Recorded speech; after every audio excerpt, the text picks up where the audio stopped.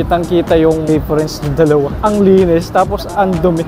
Ang pogi. Hindi mo akalain na electric car siya, no? Si Bro Alfred sinakay ang kanyang motor sa kanyang pickup. Ngayon lang ako nakalapit sa GMA Studio.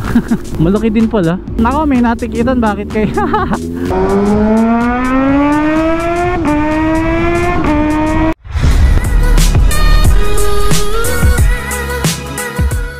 Hello guys, ngayong araw magbe-breakfast tayo sa Apalit at kasama natin si Bro Alfred Watermax at ang team ng Manibela. Di ko alam kung bakit doon pa magbe-breakfast, no? Kasi nakatakda ngayong araw na mag-review ng isang kotse na special na ang brand is BMW. As of now, wala pa akong idea dun sa kotseng i-review namin, and ni-request ng team Manibela na kaming dalawa ni Bro Alfred ay gagamit ng parehong motor. Since ang aking Z1000 ay nasa kanila, so ang gagamitin namin pareho ngayon is ZH2, kaya tayo naka ZH2 ngayon. At kumbaga sa vlog natin yung ZH2 binabawi natin kasi matagal-tagal din hindi nagamit to, gawa ng tinamad akong magpa-change oil. So since tayo ay nagpa-change oil na, kaya ayun, mahaba-habang biyahe na naman ito. Dahil as per Royal Moto Club, yung oil na nilagay nila is hanggang 5,000 kilometers pwede. So okay yun bilang big bike rider. Pero kung marami ka naman pera, di every after 3,000 kilometer mag-change oil ka na. Sa diesel nga, di ba, 10,000 kilometer. Yung Ford ko, 10,000 yung interval. Ang tagal. Ngayon ay maaga-aga pa, kaya nakasabay natin sa kalsada yung mga pumapasok sa work. Hindi madalas nangyayari sa akin kasi nga tanghali na ako lumalabas kadalasan, ano. Wala lang talagang lakad ngayon, talagang hapon na ako lalabas. Ang paggising ko ng tanghali ay hindi naman talaga dahil tinatamad ako, kundi madaling araw kasi nag-i-edit pa rin ako. Kaya yun, diba? Gumawa pa ng dahilan eh, no? Nakakaingit nga na yung ibang tao, yung body clock nila talagang 6 AM gano'n. Parang si Bro Alfred, sabi niya sa akin, morning person talaga sila, no? Dumaan na ako dito sa MacArthur kasi una sa lahat, pag pumasok ko ng expressway, lalabas din ako ng San Simon eh. Sayang nga eh, walang exit ng Apalit eh, no? Siguro dahil meron ng San Simon, so masyadong dikit kapag may exit pa ng Apalit, tsaka medyo malayo-layo siya. Tapos ang Apalit, marami ng kabahayan dyan, diba? So kung magbubutas pa ng kalsada para lang sa expressway, maraming tatamaan. Tsaka I miss this place.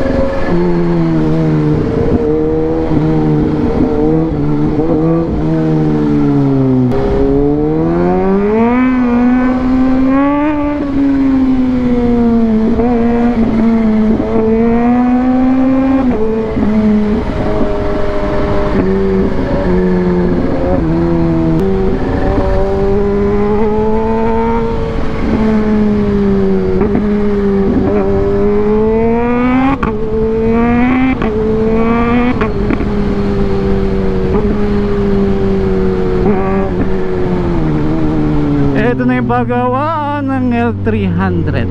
Dati pagawaan ng XLT to eh. Ewan ko lang kung alam niyo yung XLT. Minsan ginagawa nilang pong Fortuner yung headlight, tapos ang haba niya. Yun yung XLT, ayan o.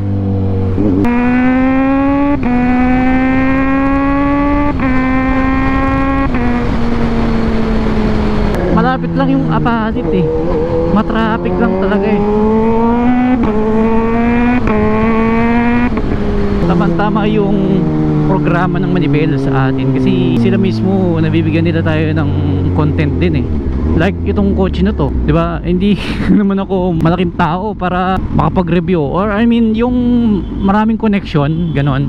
Kasi kailangan din ng connection dyan eh. Hindi ka naman papahiramin ng BMW owner ng basta-basta tapos ida-drive mo around the city yung kotse niya, no? Ang alam ko yung kotse niya is 4 million worth. So isipin mo yun. Saka maraming mga mayayaman na ayaw lumalabas sa social media. Minsan nga wala silang Facebook eh. Focus na lang sila sa negosyo nila, ganun. Pero dito sa Team Manibela naman, nabibigyan din namin sila ng mga ideas, tsaka kahit pa paano, ayun, natutulungan natin sila na gumawa rin ng content, kasi content creator din sila. Ang kaibahan lang, kami yung host, sila yung producer, ganun. Ang nadagdag lang sa content natin is yung mga 4 wheels, basta kahit anong may manibela. Like ngayon, kahit bandang huli ng video is kotse yung i-review natin, but still nakamotor pa rin naman ako, no, papunta dun. Ngayon, since hindi pa na-feature sa manibela ang aming ZH2 ni Bro Alfred, kaya tamang-tama ito para i-feature din nila. At sakto pa, pareho kami ng ZH2, diba? Madalang lang yun, yung dalawang host pareho motor na big bike pa, diba? Nandito na tayo sa Apalit at ang pupuntahan nating restaurant ay ang Best House of Kitchen. Meron siyang ibang branch, pero ito yung pinakamalapit sa amin. Ang galing din silang maghanap ng restaurant, eh, no? Talagang pinipili nila yung medyo malapit sa amin. Si Bro Alfred lang talaga ang pinaka mahaba yung biyahe sa amin, gawa ng Pangasinan pa siya.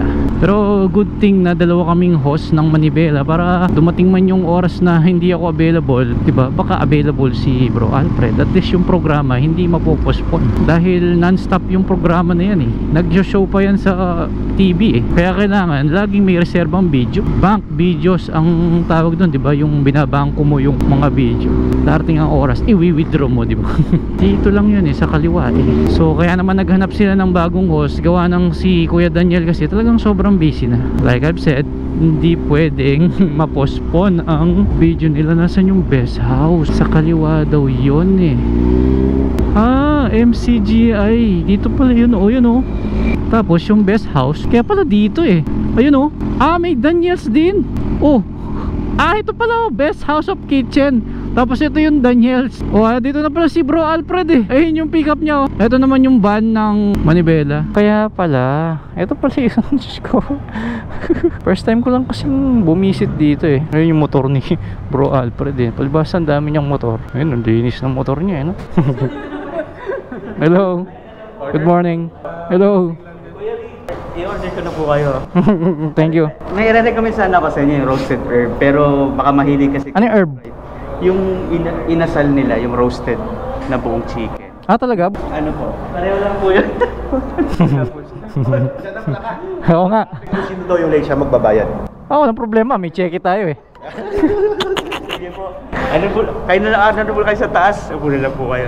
Ano na lang, manok na lang. Yung, ano to? Quarter. Ito po yung nire-recommend ko sa inyo, yung roasted herb. Yan na lang, yan na lang. Para mo maiba. Putol pala, kala ko buong chicken, eh. Opo. Yan lang, oh. Sige. Salamat po. Thank you rin. Medyo napaaga tayo. Hindi, okay lang. Sanay na. Sanay ng, ano. Tignan nga natin yung motor ni Alfred. Ang linis, oh. Nakakapanibago. Ano kaya to, no? Meron siyang ganito. Nakaabang. Ay, tingnan nyo. Meron ng pugad ng ano to, bubuyog. Sa Kapampangan yata, tamumo to, eh. Di ba? Tamumo. Alam nyo yun? Linis talaga, oh. Hindi nyo masyado nagagamit to, eh. Mas madalas niya pang gamitin ang Z1000 niya. Di ako sanay makakita ng ZH2 na malinis, kasi sa akin lagi madumi. So sa populasyon ng mga ZH2 owner, konti lang compare sa Z1. Siyempre mas mahal to, tsaka mas mabigat siya, no? Napansin ko lang, konti lang mga naka ZH2 talaga. Hindi ko lang alam bakit hindi pa nag-upgrade ng rear suspension, no? Ay nako, 105,000 kasi yung all-in. So 910,000 na yung presyo ng motor plus 105,000, Diyos ko, edi nasa million na yung motor. Tapos na kaming mag-brake pass. Tapos ngayon ang diskarte pala, hindi tayo makakapag-vlog pa towards dun sa Quezon City para i-vlog yung BMW na electric car. So ang gagawin, isasaksak yung memory card nila dito sa camera ko, at yung footage na yun ang magagamit para sa Manibela episode. Pinilit ko nang mag-vlog bago kami umalis para ma-inform ko kayo, at para alam niyo yung flow. No? Binababa na yung motor ni Brother Alfred para maganda yung footage nila, hindi ko na idilipat yung camera. Meron silang dalang camera, pero yung camera ko na lang gagamitin na, since naka secondary camera naman tayo doon sa Manibela, naka setup naman na para hindi na sila mahirapan. Ay, lagay na po natin. Sige, lagay natin. So yun, magbo-vlog muna kami guys para sa Manibela episode. Ayan yung intro namin. Mag-shoot na kami, so bago kami mag-ride, shoot muna namin dito. Ayan yung mga member ng Team Manibela. Quick intro muna kung anong mga bikes na gagamitin namin at kung saan kami pupunta. Buti hindi masyado mainit, ano? Kitang-kita yung difference ng dalawa. Ang linis, tapos ang dumi. Thank you. Hello mga kamanibela, para sa ating test ride adventure ngayong araw, pupunta tayo sa Quezon City para ma-meet ang may-ari ng BMW X3i. Ano ba ang special sa BMW na yun, bro? Bakit tayo It's pupunta? a full electric bike. It's a full electric car. Ang gagamitin nga pala nating motor, bro, is itong Kawasaki ZH2, di ba? Kawasaki. As you can see guys, dalawa yung ZH2 ngayon, no? Eh bakit nga pala ZH2 yung napili? Well, I inspired by you. Ano na yung mga malalayong lugar na, ano yung mga napuntahan mo ng lugar? At actually yung pinakamalayo? Pondo ng motor ko ngayon, 1,200. Okay. So, hindi talaga lumalayo. At least may 1,000 travel Yes, ka, bro. oo, 1,000. Ginamit mo, Ginamit di ba? ko siya. Oh. So, kumusta naman ang experience paggamit ng ZH2? Nagre-record ba kayo? Hindi ba? Okay. Pero sayang yun kasi yun yung natural namin eh. Hindi pa pala start yun.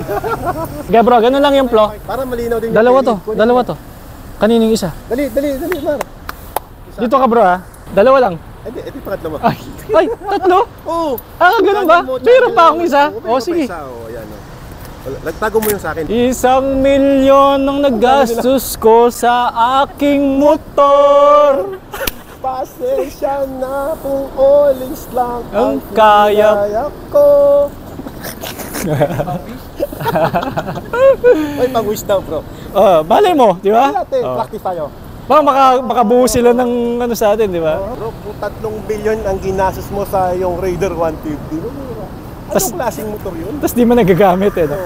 Okay, good. So rolling na. Hello mga kamanibela. Welcome po sa ating programa na tinatawag na Test Ride Adventure. So ngayon pupunta tayo sa Quezon City para ma-meet yung owner ng isang kotse na napaka-special. Bro, bakit ba tinawag na napaka-special ng ating i-review yung kotse ngayon? It's a full electric car. Dito sa tenga, oh. Paano mo nakita yun? Naka-helmet ako. Hindi. Ito yung helmet mo, nakang-smile din yung Ganun ba?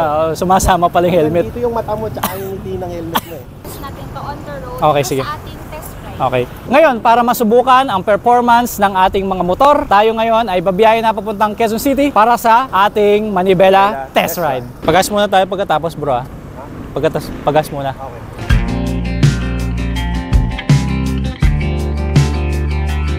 Dito tayo sa Wonderlich. Ito, Opo. Opoy. Hello po. Siya po yung may-ari na Salamat po. unang nagkaroon ng ZH2 anak niya, si Okay. Jordan. Oo. Ito yung sinasabi nating electric SUV na BMW. Ito yung BMW iX3.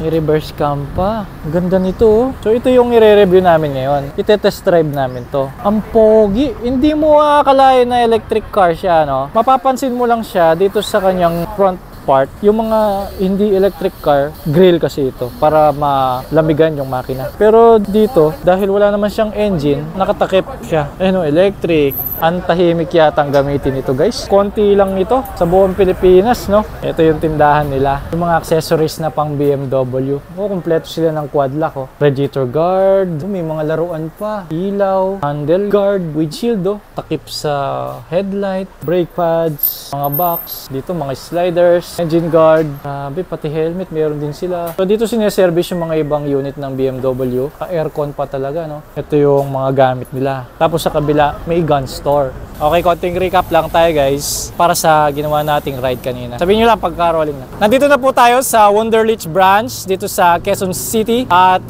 for me, gaya ng dati, lagi akong nai-impress dito sa power ng ZH2 at nakarating kami dito less than 1 hour. Ngayong ginamit ko ulit ang aking motor, talagang natutuwa lagi ako at nagagampanan pa rin niya lagi yung purpose niya sa akin na makarating ng mabilis sa aking pupuntahan, especially nakakadaan tayo ng expressway. Ako, bilang 3 years nang gumagamit sa ZH2, ganyan ang aking pananaw. At para naman kay Bro Alfred na medyo bago-bago lang gumamit ng ZH2, although matagal na siya nagmumotor, iba pa rin yung pagkabago na naman. So pwede natin siyang tanungin ngayon. At bro, ano ba yung masasabi mo dito sa ride natin Kung ngayon? ikaw 3 years experience na ito, ako 3 months pa lang, 3 weeks. Oo, legit yun, legit yun. Oo.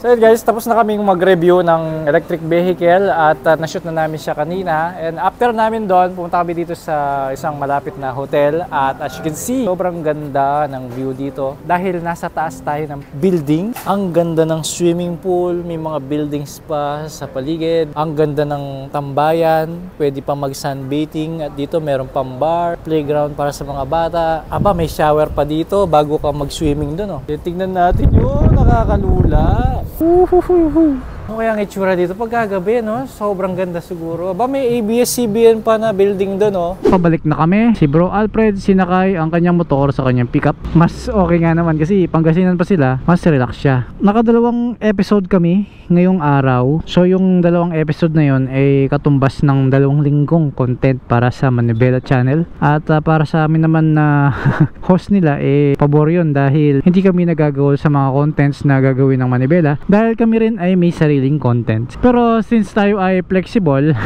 yung content nila, kinontent din natin. Hindi nga lang 100%, syempre. Magkaiba yung perspective ng Manibela sa perspective ng isang vlogger kagaya namin. Thank you. Ingat.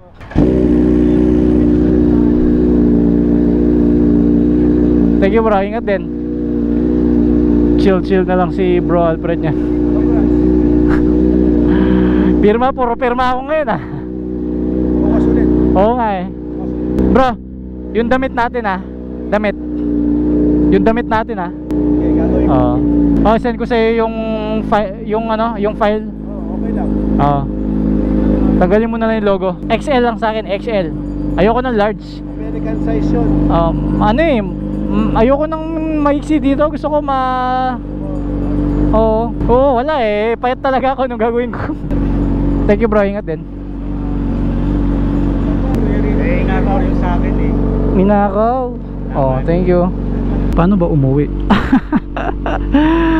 Nako po, EDSA pala tayo guys.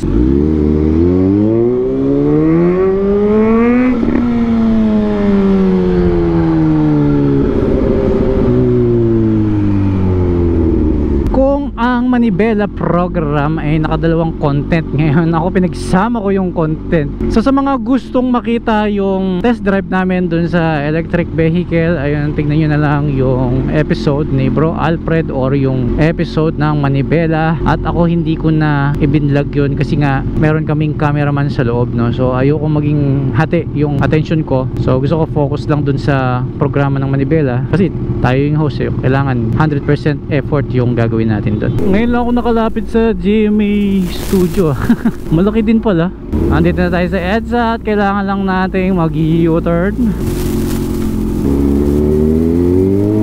Ayan na. Nako, may natikitan. Bakit kayo?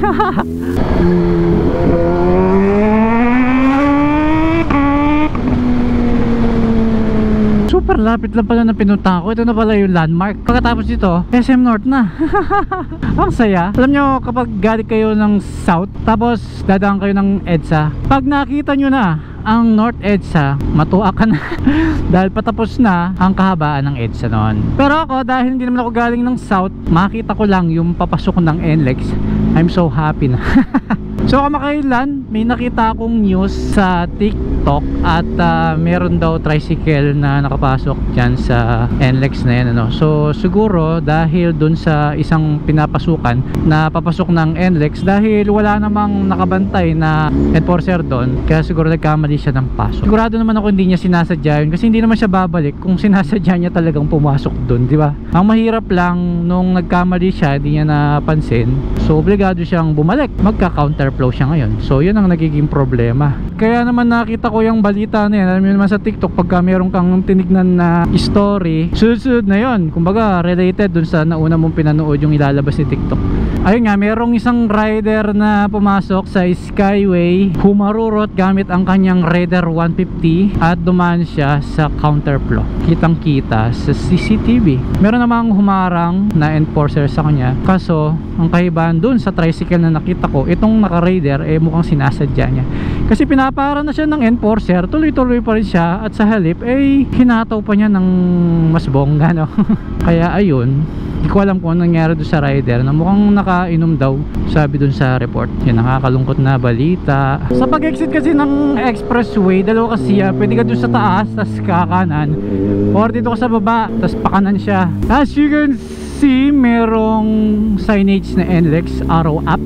Ibig sabihin, pwede ka rin mag-exit dito kung gusto mong dumaan ng expressway. One way lang to. May mga tricycle dito. Pinagtataka ko paano nagkamaling pumasok yung tricycle, maliban lang kung dayo yun, diba? Kasi kung namamasada ka, araw-araw mo lang nadadaanan to, meaning alam mo na yung rules dito. So malamang dayo yung tricycle driver, diba? Baka tricycle niya hinirim lang niya bago lang dito yung nagmamaneho. So ito yung sinasabi ko, papasok ng expressway ito. Sa ngayon wala akong nakikita nagbabantay. Ayan papasok tayo. Ayun yung expressway. Walang nakabantay. Ayun, may doon, parang guardhouse, and then pero dito wala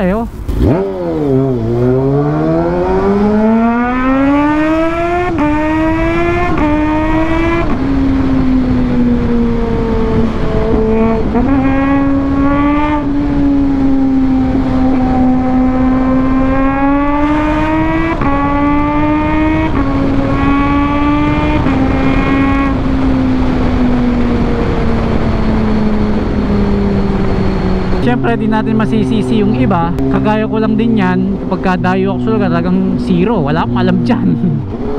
Magkakamali ka talaga. Okay, toll gate bayad ulit. Kaya minsan nakakamiss talaga na mag small back and then dadaan ka sa MacArthur Highway, kasi nandun ang tunay na ligaya, yung biyahe. Tapos ang dami mong nakakasabay, ang dami mong nakikita sa kalsada. Yun diba? Ayos, pabilis nga, pero syempre siguro ako lang to na nasanay na dumadaan dito pag uuwi ng Pampanga. Pero nung ginamit ko yung aking Suzuki Bergman Street EX, talagang yun, nakakamiss. Alright guys, maraming salamat sa mga tumapos ng aking video. Ngayon super happy ako dahil full of blessings tayo ngayong 2024. Bibigyan ko kayo ng malupitang outro. Read full speed.